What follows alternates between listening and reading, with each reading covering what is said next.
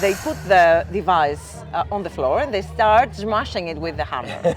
And we're like, what are they doing? Seriously now? This is the pitch. This is the page.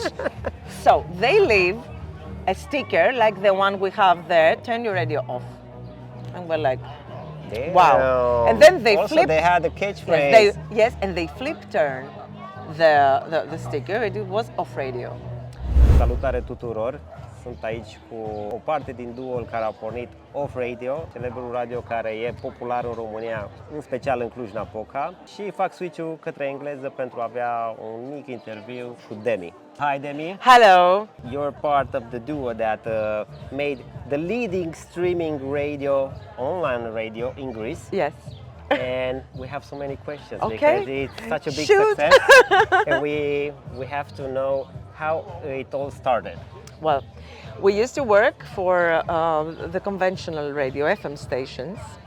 In Thessaloniki? In Thessaloniki. All right. And at some point, at the late zeros, around 2007, we were curating back then quite similar to OFFRadio, a radio station, which was not ours. We had a boss, and it was a large media group, but there was a big conflict with the boss.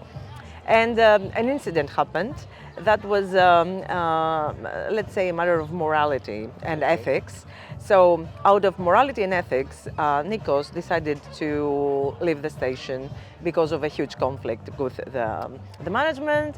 And then all the team decided to follow him and didn't want to work anymore under such conditions and whatever. And so we were left out of the radio band, and we're looking for options and what to do. And we wanted to stick as a team. And at that point, I was also an editor-in-chief in a magazine in Thessaloniki, and I had a business trip to Vienna for the Sound and Light Festival there. And I met a DJ. And back at those times, we were playing lots of music coming out of Vienna scene, but I couldn't listen to electronic music. Yeah, okay. Mostly, you know, down-tempo, trip-hop electronica. So I was curious because I couldn't listen to this music in the Vienna radio station. So I asked this DJ, what's going on here? You produce so good music. Why doesn't anybody play that? I said, what did you listen to? I said, okay. I tuned in to the FM band and no one's playing that. I said, what FM band? What do you listen to here? And he said, you know, we have online stations that play the good stuff. And I was like, okay, tell me more. So he takes me to back then first European radio station, the Play FM platform.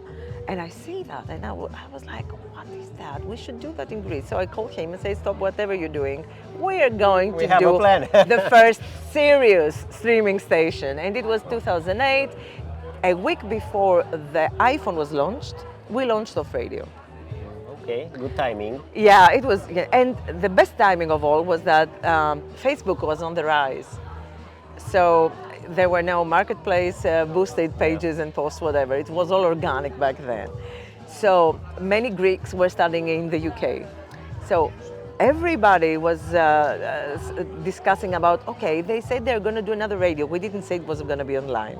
So we had the whole summer to create something like a countdown until we get back on air. So people were just notifying each other. And so we started, and it was like a huge success since the very first day. And we had even, I don't know, thousands of listeners in London as well. And then there was the iPhone, and the iPhone was streaming, and they could listen to us in the subway in the UK. So nice. Yeah, and then, you know, something really magic happened. Everything went digital and was on our side, but we were the early adopters of this stuff. So it was, you know, it was quite difficult in the beginning to support all these tech. But in the long term. Yes, in the long term, but just because we were very stubborn and crazy, and we loved the community and the interaction with the audience, and you know, every time you were like, oh my God, it's exhausting. Oh my God, it's far more difficult than the FM band, because now you have all these tech features and mobile apps and developers, and you know. also have a mobile app, so. Yes, and we were the first ones to create a native iOS mobile app in Greece. And we were, I think, the first ones in tuning Okay. and more things. And anyways, we followed all that, digital agenda. But we needed to every day learn new things and follow up with the whole technology. But we were lucky because in our listeners community, we had so many developers, iOS developers, Android developers, digital marketers, whatever, and they were like assistants and a team with us. So you started working with your own community. Yes, Amazing. yes. Our first mobile designers were from the community, and they were the ones that said, "Look, guys, we want to make a radio app for you. Is it okay?" It was like, Yeah, we seriously? don't mind. Yeah, something like that. So, Yeah. so that's how it started, and that's how it, progressed. And we still keep that kind of feeling, the community feeling, and something like that happened here without us knowing it. Yeah. Right? Yeah, and why OFFRadio? In my opinion, in my mind, I think it's something related with the genres of the music, or with what concept? The name? Yeah, the naming. Well, we were partners and friends with one of the very best branding agencies of the planet. It's Bistro Design Group, and it's based in Thessaloniki. So they get all the Red Dot awards and all that now. But back in the day, they were designing all our logos for other radios. So before opening OFFRadio, we didn't have a clue how to name it. So we called them and said, guys, we're about to do the first online radio, online only, and we need a name. Can you do something? And they said, okay, leave it up to us. So they kept us on hold for 2 whole months, but they called us one day. We go to their offices, they open the conference room, they leave us waiting for 10 or 15 minutes, and then they come with an old mini radio device, a transistor, and a hammer. Wow. They put the device on the floor and they start smashing it with the hammer. And we're like, what are they doing? Seriously now? This is the pitch. This is the page. So they leave a sticker like the one we have there, turn your radio off. And we're like, Damn. wow. And then they also, flip. they had a catchphrase. Yes, and they flip turn the sticker. It was OFFRadio. So you realize that we just fell Sold. in love with the concept, and they did the first campaign was amazing. It was like taking well-known songs like Dream On of Depeche Mode and making it Stream On. And such stuff. So it was one of the first slogans before Epic Music Only. It was music for analog minds in digital times. Before it was the transition between analog and digital. Yeah. So it was, we had good friends, talented listeners, good listeners, and we did it as a community. It's not only our job. It's it's a teamwork. Yeah, music really brings all the needed people together. Yes, and OFFRadio was a love brand since the beginning, and it still is. Yeah. Back then people were students, and now they're, bank managers. In their 30s. Yes, maybe and they even. have kids, and their kids are growing up with us, and it's a long story, 16 years. Amazing. Yeah. I'm curious about your community because I know at least in Romania you have a lot of listeners, and from what I could see online you also have a very big community, Yeah. but I don't have all the numbers. Yeah. So you have a big community, maybe you're gonna tell us Well, how big. the numbers. And also how do you keep them engaged? Because that's the second Okay, one, without trying too much, to be honest. Of course. So we have about 200,000 regular fanatic listeners per month. Okay. Most of them are there on a daily basis. And we have a stable growth of maybe, 5 to 7% every semester or anything. Now, that number varies between countries. For example, last year we saw a major rise in Bulgaria without any apparent reason. Okay, the last 5 years we see a huge rise in Romania. Now we know why, but back then we didn't have a clue. So we have a strong community in Greece, of course. And also we have a really strong presence abroad in more than, 130 countries. We have 131, we have the listeners in, 130. And I think that's because too many Greeks during the financial crisis went abroad. These are the expats. Yeah. So 600,000 people moved away from the country, and they were all almost millennials. Yeah. So I suppose that many of them were our listeners or became our listeners far away from home. Yeah, So or they took us, the yeah, memory or yeah. something, a good vibe. And I know yeah. that because we frequently, they are the ones that most frequently contact us, even on a daily The brand basis. ambassadors. Yeah, they're brand ambassadors.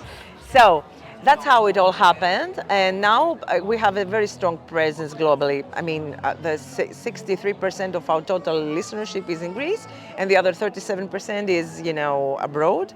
You were mentioning 10% in Romania. In Romania, yeah. And this is only on our statistics, servers, website, whatever. There is TuneIn. We have 77,000 followers there. Yeah. So who knows what's going on there? Okay. So up to a point, we were strongly working with Facebook, or and Facebook pages and Facebook groups and Twitter and whatever. Then came Instagram, which it's most about the images and the backstage, but we did not want to become very overexposed on that end. So let it grow naturally. So organic. yeah. In order to grow naturally, we let's say we were very discreet in both Instagram and almost no presence at TikTok up until now. But we have a web chat on our website. I saw that, And it's a we new have edition. now it's a new edition, but we have this web chat for 16 years, since the first week that we opened. We changed twice the platform, but it's still there, and it has thousands of members that they can either talk to each other or talk directly with the producer on air or whatever. So we get a lot of feedback, and we hold strong the community there.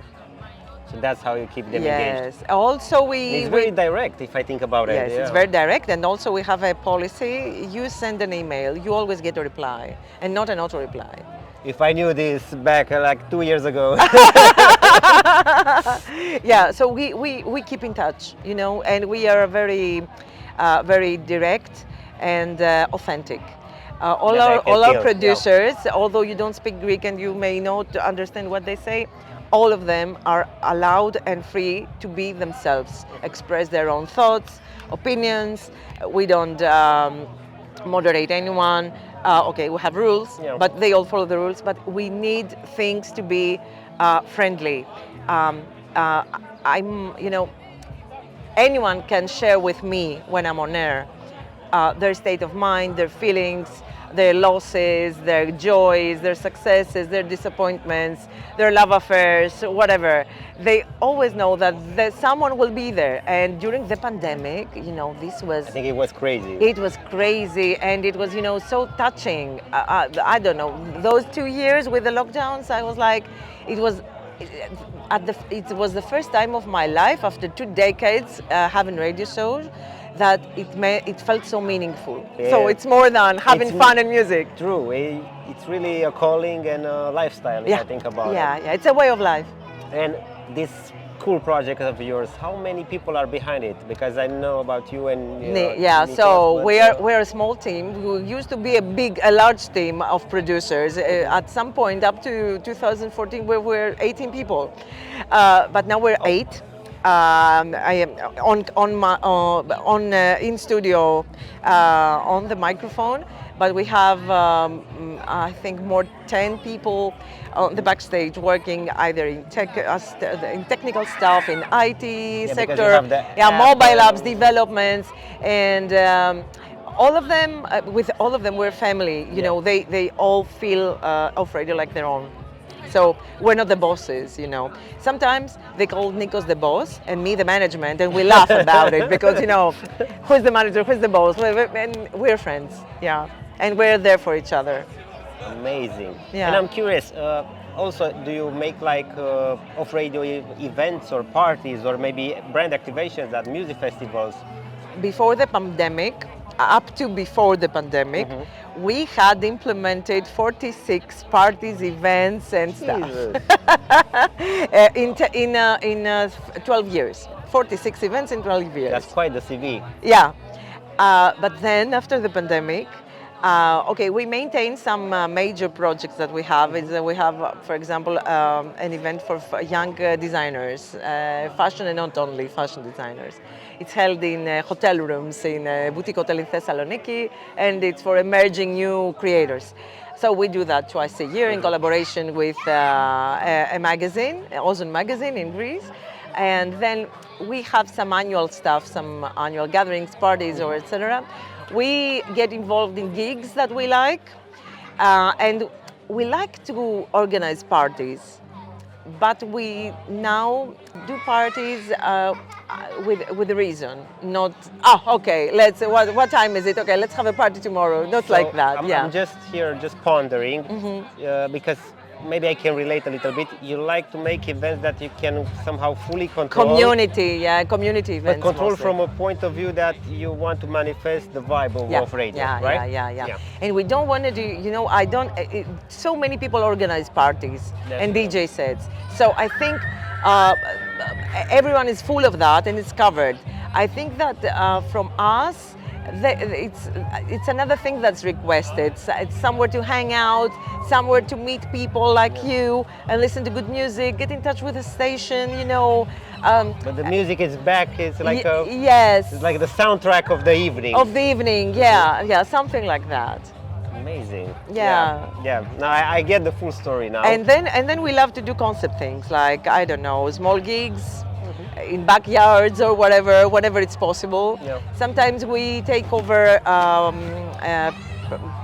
private assignments and events. We had the European Patent Office assign us their inter-office weekend 2 months ago, and we organized the full concert with Messiah Minimal Band in Greece and 2 disco parties. We do that stuff. We also So you like also the disco. well, we organize legendary disco parties in Thessaloniki during the carnival before the I pandemic. think we're gonna do one in Cluj. I'm not kidding. Well, I'll send you the footage from the previous parties. Yes, please and do. you should see this. Yeah, it's We're gonna crazy. use this as a teaser for that party. Okay. So for the last question, do you have any future plans for the OFFRadio concept? Well, at this stage, we are working on renovating our mobile apps, upgrading them, and bringing in new features. And we're pretty focused on that, on their content, and maybe some more stuff that it's not yet confirmed. So I can't say more about that. What can you say? And our main focus now is our presence abroad and how to handle people like you, for example, such a strong white community that does not speak our language. So what are we gonna do about you? Bring us all together, make us part of your story. Why not? Yes. We I think it would be interesting if we engaged more with the communities that are under the great community of OFFRadio, like the ones you have here. It's amazing. Because we have also a strong presence in other countries and cities. Yeah. So I think that this is something worth exploring right now. That's true, yeah. Because the station is established, it has its community, its audience, and it's growing. It's self-sustainable at this point, so it yes. can grow in other parts of the world. Exactly. Amazing. Thank you very much. Thank you for having us If you have here. something to say to your Romanian audience, Well, I want to say thank you. We're so grateful that you embraced what we do and the music we play so much. It was can be a heard. huge surprise for us to, realize that this is true. We lived it here, because it's different when you just interact with random people on air, and it's different to see them all here. Thank you.